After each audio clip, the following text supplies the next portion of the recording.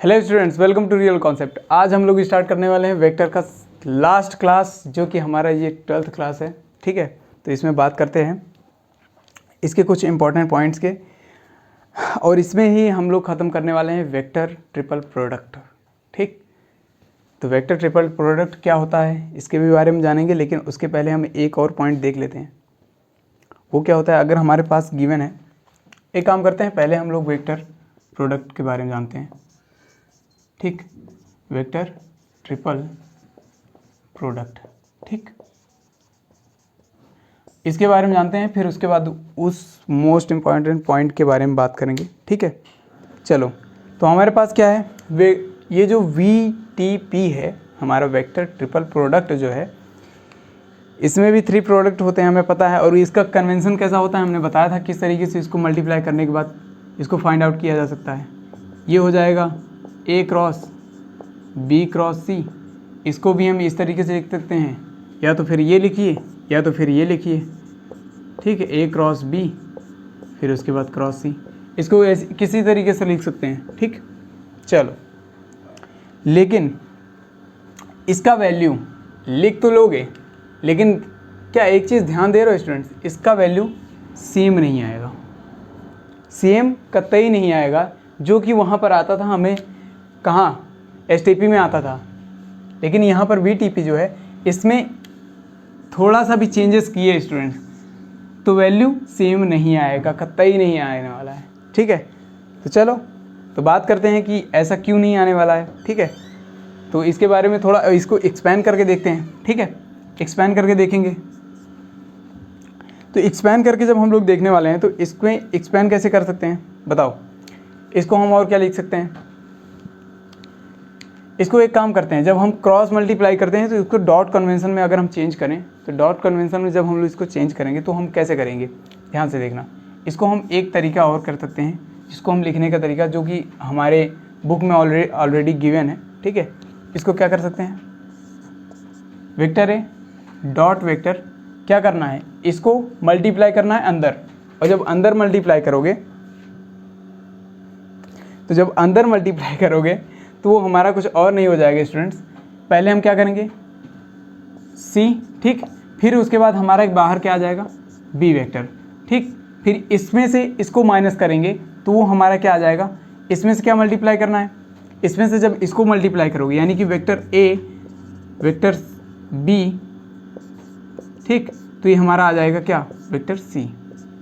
ठीक, तो इस तरीके से हमारा जब इसको कन्वर्ट करेंगे इसमें, यानी कुछ और नहीं करना है स्टूडेंट्स, इसको जब डॉट कन्वेंशन के साथ हम इसको कन्वर्ट करेंगे, तो इसमें क्या करेंगे, केवल और केवल ये करना है कि ये तो हो गया हमारा मल्टीप्लाई में। ठीक है, लेकिन इसको जब डॉट वाले में कन्वर्ट करेंगे तो ध्यान से देखना, A को C में मल्टीप्लाई करो, ठीक है, इसके साथ डॉट प्रोडक्ट बनाओ, फिर उसके बाद ये B बाहर ले आके मल्टीप्लाई कर दो, फिर उसके बाद A के साथ B को करो, फिर उसके बाद इसमें करो, यानी इसमें से फर्स्ट को सेकंड में, थर्ड में मल्टीप्लाई करके फिर सेकंड को बाहर मल्टीप्लाई करो, फिर माइनस लगाओ।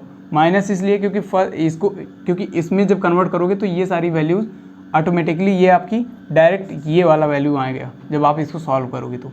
ठीक, तो ये तो हो गया हमारा ये। अब हम इसकी बात करते हैं, अगर हम एक्सपेंड करें तो क्या करना पड़ेगा, हमें भी पता है कि सर, अगर हम vector C cross dot vector A की बात करें, ठीक, तो फिर उसके बाद यहाँ क्या आ जाएगा, B माइनस, फिर क्या आ जाएगा हमारा, vector C dot vector B, ये आ गया हमारा A।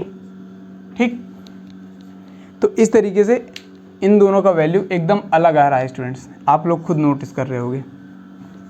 ठीक, चलो, यहाँ तक तो समझ में आ गया। हम लोग केवल इसी के, अब इसके भी 6 कन्वेंशन होते हैं, लेकिन हम लोग केवल देखेंगे 2 का, क्योंकि हमें केवल बेसिक देखना है, क्योंकि इसमें से बड़े क्वेश्चन आते नहीं हैं। हालांकि आप पिछले कई 10-11 साल के पेपर उठा के देख लो, एक में भी नहीं आया है। ठीक है, तो अब हमें क्या देखना है, अब इस पर देखते हैं एक इम्पॉर्टेंट पॉइंट जो मैंने बताया था। ये तो बेसिक हो गया, इसके बारे में मैंने बता दिया कि ये सारी चीज़ें, इसका जब हम क्रॉस मल्टीप्लाई करेंगे तो क्रॉस मल्टीप्लाई करने के बाद वैल्यू कुछ इस तरीके से आने वाला है। इसमें कुछ सीखने वाली बात नहीं है, बहुत छोटा है, और इस तरीके से हम इसको कंप्लीट यहीं पर करते हैं। ठीक है, अब इस पे बेस्ड हम क्या करते हैं, अब इस पे बेस्ड जो हम इसमें जो मोस्ट इंपॉर्टेंट पॉइंट आती है वो क्या होती है हम देखते हैं। अगर मान लो हमारे पास 4 वेक्टर्स हैं, कितने, 4 वेक्टर्स, 4 वेक्टर्स मान लो A, B, C and D, अगर 4 वेक्टर हैं, ठीक, तो अगर हम बात करें केवल इन वेक्टर्स की तो हम इसको कैसे रिप्रेजेंट करेंगे। ये हो गया A, vector A plus B, C and D, इस तरीके से रिप्रेजेंट करेंगे।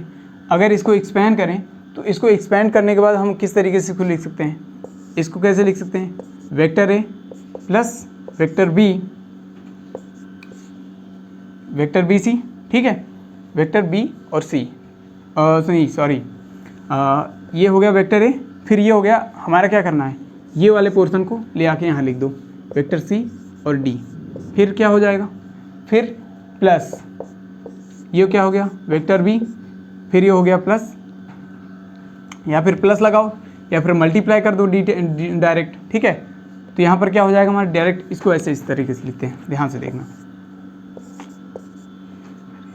वेक्टर A C D, ठीक, फिर उसके बाद plus vector B C and D। चलो इसको इस तरीके से हम रिप्रेजेंट करेंगे। ठीक, अब इसका एक और पॉइंट है जिसमें हम लोग क्या निकालते हैं, square of area of parallelogram. ठीक, याद है पैरेललोग्राम के बारे में बताया था मैंने, मोस्ट इंपॉर्टेंट पॉइंट यही था स्टूडेंट्स इसमें से। अगर हम इस पैरेललोग्राम के बारे में बात करें तो इस पैरेललोग्राम का जो एरिया होता है, ये जो एरिया है इसका स्क्वायर की अगर हम बात करें, इसके स्क्वायर की अगर हम बात करें तो क्या होगा, तो ये हो जाएगा mod of vector A cross vector B का स्क्वायर, राइट, क्योंकि एरिया तो यही था ना, तो जब एरिया था तो इसका भी स्क्वायर वही होगा।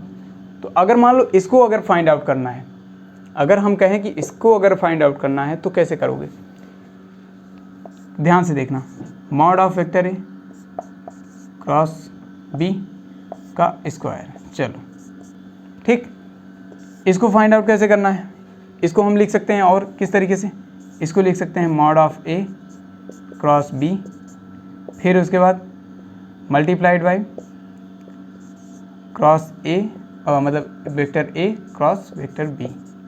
ठीक, इसको हम इस तरीके से लिख सकते हैं, वो भी डॉट कन्वेंशन के थ्रू।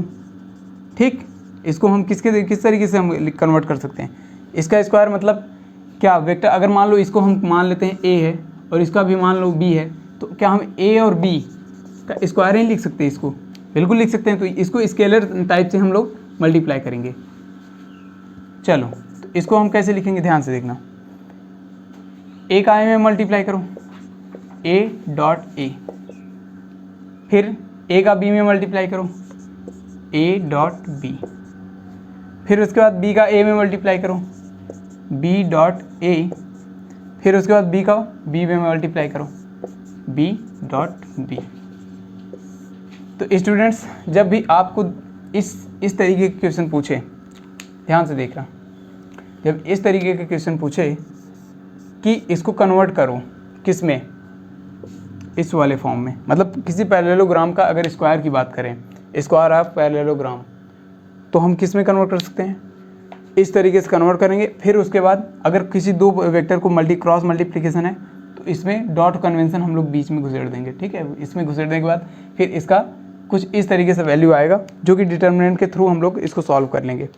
ठीक है, तो चलो फिर ये तो हो गया आपका इसका इम्पॉर्टेंट पॉइंट। लेकिन अब बात करते हैं कि इस पे बेस्ड क्वेश्चन कैसे बनते हैं। चलो इस पे बेस्ड अगर हम क्वेश्चन की बात करें, नोट कर लो, क्वेश्चन के थ्रू ये सारी चीज़ें समझ में आ जाएंगी आपको। ठीक,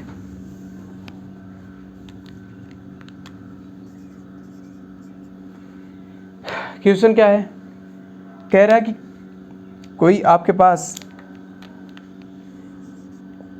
A cross B dot C cross D, ये है आपके पास। और इसको प्रूव करना है कि इसका वैल्यू क्या आने वाला है, A डॉट C, ठीक। फिर उसके बाद A डॉट D, फिर B डॉट C, फिर B डॉट D। इस तरीके से इसको प्रूव करना है, ठीक। तो कैसे करेंगे, ठीक। चलो ये क्वेश्चन गिवन है तो मान लेते हैं, चलो यहाँ पर लेट कर लेते हैं, लेट करते हैं कि C क्रॉस D को हम क्या मान लेते हैं, R मान लेते हैं, चलो ठीक है। तो ध्यान से देखना, अब यहाँ पर डॉट और क्रॉस को किस तरीके से हम कन्वर्ट करेंगे, इंटरचेंज करेंगे, तो सारी बातें अभी पता चलेंगी, ठीक है। तो अब प्रॉपर्टी का यूज़ होने वाला है, ध्यान से देखना, A क्रॉस B, ठीक, डॉट R। हमने पढ़ा था कि क्रॉस और डॉट को अगर इंटरचेंज कर दे एक दूसरे जगह से तो इसका वैल्यू सेम आता है हमेशा। तो एक काम करते हैं, क्या, मान लो ये हो गया A और ये हो गया डॉट, फिर उसके बाद ये हो गया B और B क्रॉस R। समझ में आया? बिल्कुल, इंटरचेंज कर दिए तो इसका वैल्यू भी सेम होगा। चलो यहाँ तक तो समझ में आ रहा है। अब इसको क्या करते हैं, अब R को हम एक्सपेंड करते हैं, मतलब R को अब उसका वैल्यू पुट कर देते हैं फिर से। अब R को क्या करेंगे, पुट करेंगे। R का वैल्यू जब पुट करोगे तो क्या आ जाएगा यहाँ पर, ध्यान से देखना, A डॉट क्या है B, फिर क्रॉस, फिर यहाँ क्या आ जाएगा ब्रैकेट में, ये आ जाएगा C cross D।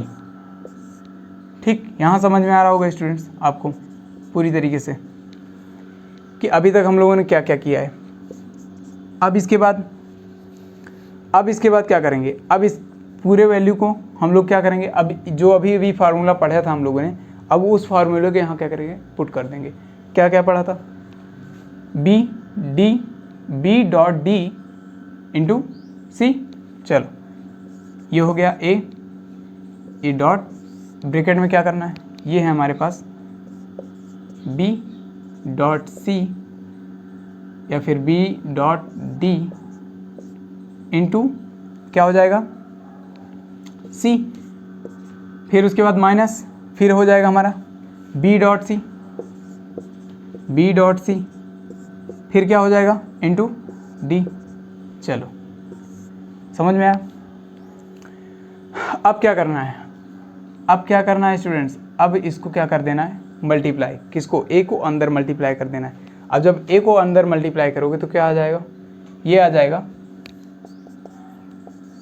B dot D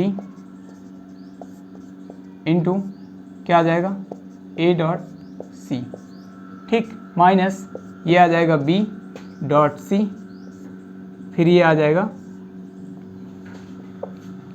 B dot C, फिर ये आ जाएगा A डॉट D। अब स्टूडेंट्स ये बताओ कि जब हम लोग इसको एक्सपेंड करेंगे, ये हो गया मान लो 1, अगर हम इसको एक्सपेंड किए तो क्या ये वैल्यू इस तरीके से नहीं आने वाली। चलो एक बार चेक कर लेते हैं आएगी कि नहीं आएगी, ठीक। तो इसको हटाते हैं, चलो एक्सपेंड करो, क्रॉस मल्टीप्लाई और फिर उसके बाद माइनस कर देना है। ये हो गया A डॉट C, फिर हो गया B डॉट D, फिर माइनस क्या हो जाएगा, ये हो गया B डॉट C ब्रैकेट में A डॉट D, ठीक हो गया, हमें पता चल रहा है। ये हो गया equation number 2 from equation number 1 is equal to equation number 2, hence proved. समझ में आया स्टूडेंट्स? क्या करना था, इसको प्रूव करना था, ठीक है। लेकिन हमने क्या किया, C और D को R मान लिया, ठीक है। फिर उसके बाद क्या किया, इसमें डॉट और क्रॉस को इंटरचेंज किया, इंटरचेंज करने के बाद यहाँ प्रॉपर्टी यूज़ हुई, ठीक है। फिर उसके बाद इसको क्या करते हैं, इसको क्या करेंगे, इसका वैल्यू R का वैल्यू यहाँ पुट कर देंगे। R का वैल्यू जब पुट करेंगे तो इसमें क्या करेंगे, इसका भी जो फार्मूला अभी पढ़ा था हम लोगों ने, उसको पुट कर दिया, ठीक है। फिर उसके बाद A को क्या किया, अंदर मल्टीप्लाई कर दिया, अंदर मल्टीप्लाई करने के बाद ये वाला वैल्यू आ गया, तो इस वाले वैल्यू को हम इक्वेशन नंबर 1 मान लिए। फिर उसके बाद इसमें क्या किए, सेकेंड RHS को हम लोग क्या किए, सॉल्व किए, सॉल्व करने के बाद यही सेम वैल्यू आ गया। अब जब सेम वैल्यू आ गया तो क्या हम 1 बराबर 2 नहीं कर सकते, इतना नहीं कर सकते, तब क्या कर सकते हैं, चलो तो हो गया फिर हमारा। तो ये हो गया आपका वेक्टर ट्रिपल प्रोडक्ट का कुछ इंपॉर्टेंट पॉइंट्स थे, ठीक है, वो भी देख लिए और सारी चीज़ें हो गई, ठीक है। तो अब हमें क्या क्या तैयार करना है, क्या क्या नहीं क्या क्या छोड़ना है, क्या क्या पढ़ना है, बस ये देखना ध्यान से, ठीक है। वेक्टर में केवल 2 चीज़ पढ़ना है, एक स्केलर प्रोडक्ट, ठीक है, वो भी कितने वाला, 2 वेक्टर वाला, ठीक। और 3 वेक्टर में केवल एक ही पढ़ना है, जो कि हम लोगों ने कोप्लेनर वाला क्वेश्चन किया था, ठीक। और एक करना है वेक्टर प्रोडक्ट, ठीक।